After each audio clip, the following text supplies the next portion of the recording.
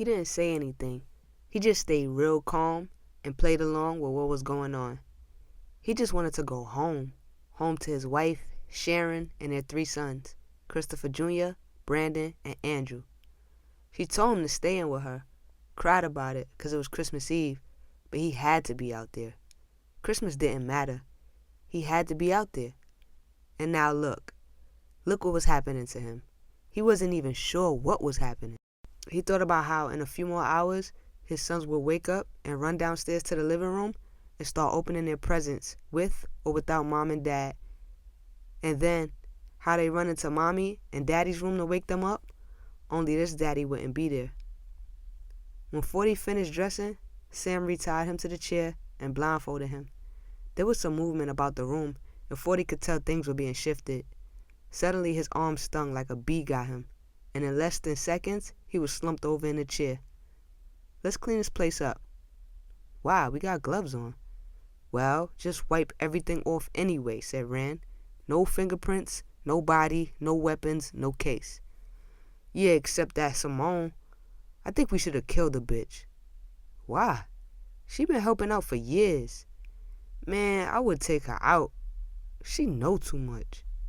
Yeah, I know, but we don't have to worry about that right now. All we gotta worry about is taking care of this. They carried 40 downstairs and put him in the back of the truck. Then Rand went upstairs and took another 15 minutes to rub down the room one last time. Placing the room key on the table, he closed the door behind him. He drove out to West Philly, where they put 40 in the basement of a house that had been abandoned.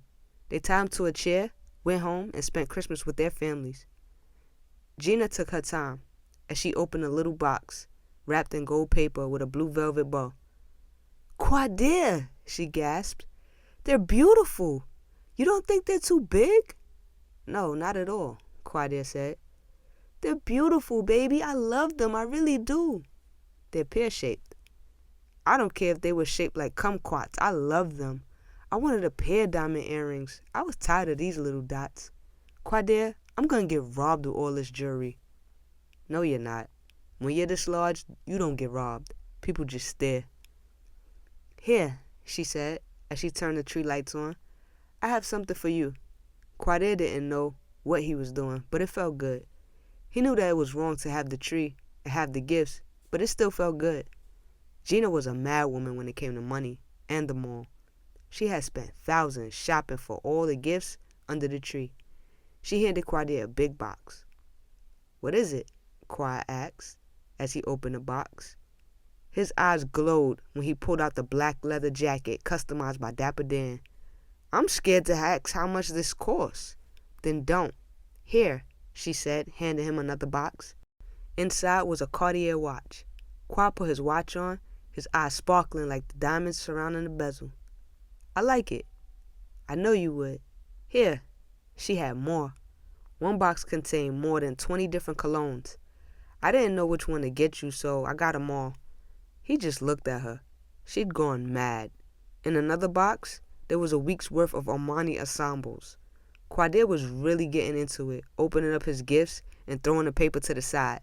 Gina just stood there watching, knowing he had never celebrated nobody's Christmas. "No, open that one." Gina knew what was in each box. This one had Genesis cartridges for his Sega. "Did you get me boxing?" "Yeah, I got it." Gina got him records, tapes, and CDs. Gina lingered over a little box she spotted earlier. Quadir saw her looking at it. "Here," he said. "What is it?" She smiled. "I love you. Open your box." It was a diamond ring, a cluster of 25-point diamonds totaling 7 carats in weight. "Good Lord, but it can't top this." "Here, I got you one more thing." She felt under the torn paper next to the tree, trying to find a tiny box for him. "Here it is." She handed Quad a box and watched as he tore at the box and the wrapping paper. He opened the box and picked out a keychain sporting a diamond Q. "Check you out," he said. "Real diamonds, I like this." "It's a keychain," she said, like he didn't know. "Baby, it's the best keychain I ever had. You like it?" "I love it." "For 25,000? You oughta," she said to herself. "I'm really scared to ask you how much this costs, so I'm gonna skip that."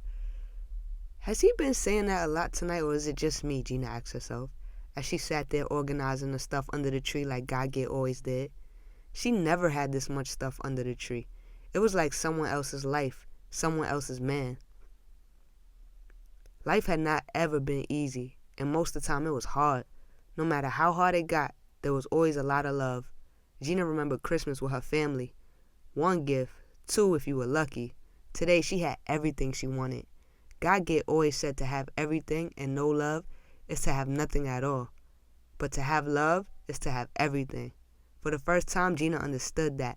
When she looked up and saw her man staring at her, it wasn't the gifts that meant anything. It was only the love she had for him and all the love he gave her. Gina leaned over, and on her knees she wrapped her arms around him, gave him a real strong hug, kissed him, and told him that she loved him. Then she went back to organizing the gifts.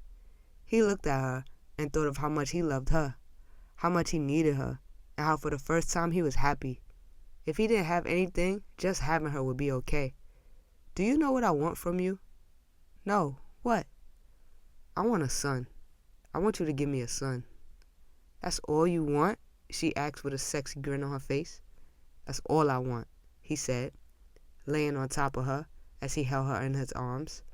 Then a son you shall have, she whispered, then kissed her.